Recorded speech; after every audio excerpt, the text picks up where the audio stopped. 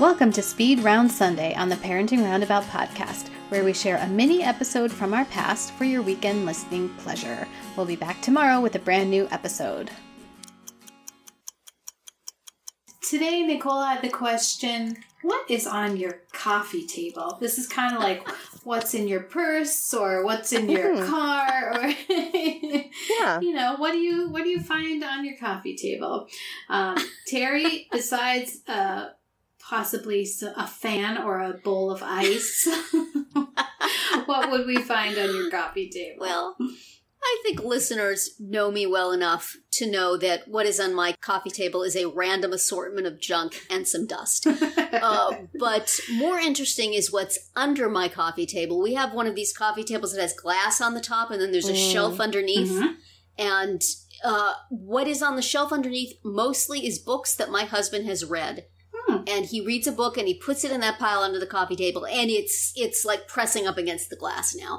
He doesn't have a lot of time to read, so he's generally, reads a little bit and then it's a while. So it represents a lot of years of reading, this big pile. But it's like he doesn't feel like he can get rid of them. We could donate them to the library, but then we'd have to be organized enough to get them together and take them to the library. My friend sometimes takes some to take to the library or to her father-in-law, but mostly they just go to live under the glass on the coffee table. So we look like a very well-read family, if you consider well-read being, detective novels of all various, certain authors. Do you have it's a very narrow selection. I know when you guys take your walks, do you ever pass a little free library?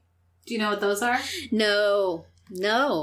They just, people leave books? So it's like a little cupboard, that people put in their front yard, like on a post, like a mailbox, but it's a little cabinet, and it's called Little Free Library. You can look them up.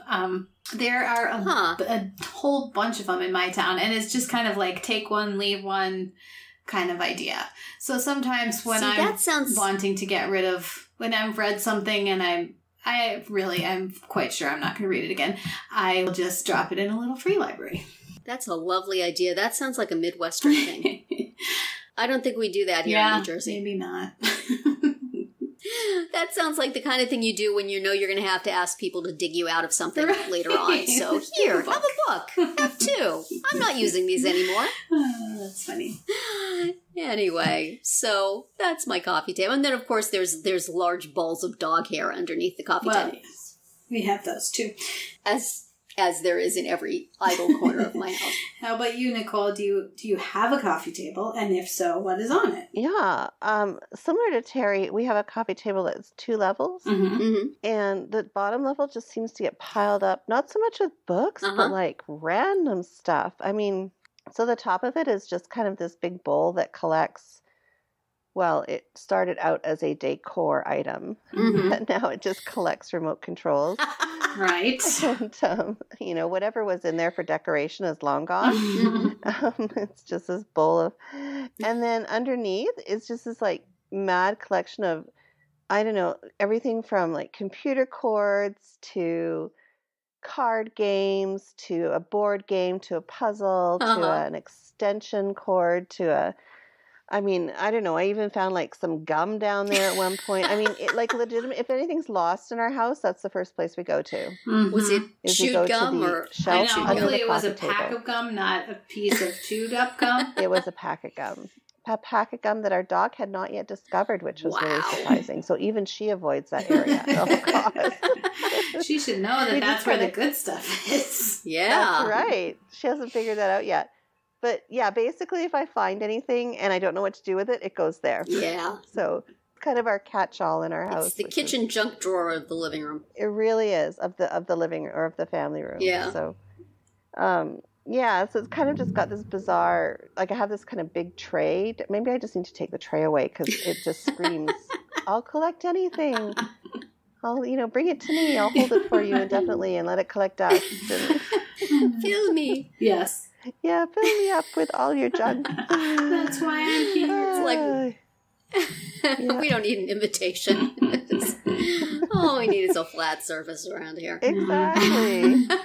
Well, we have in our living room, we actually have like a coffee table that's an ottoman. So it's upholstered on top. And then it has a tray that's stored inside it that you can take out if you need like a hard surface. So you can sit on it. And it does have the advantage of not collecting stuff because it doesn't look like, because it's soft and it doesn't look like it's meant for that. So that's kind of nice. And so right now it does have a puzzle on it, like a partially done puzzle, because we started it in the tray, that comes with the ottoman. So, because we needed like a surface to put the puzzle on. So the nice thing is that we could move it off of there if we want to, but we probably won't. We will probably leave it right where it is. So, and then in the TV room, we don't have a coffee table because of just the way the room is oriented. It wouldn't really work. And we have like a side table, and it mostly has Legos, partially built Legos on it. Because, once something is started, you can't put it away. You can't break it up and put it away. So that's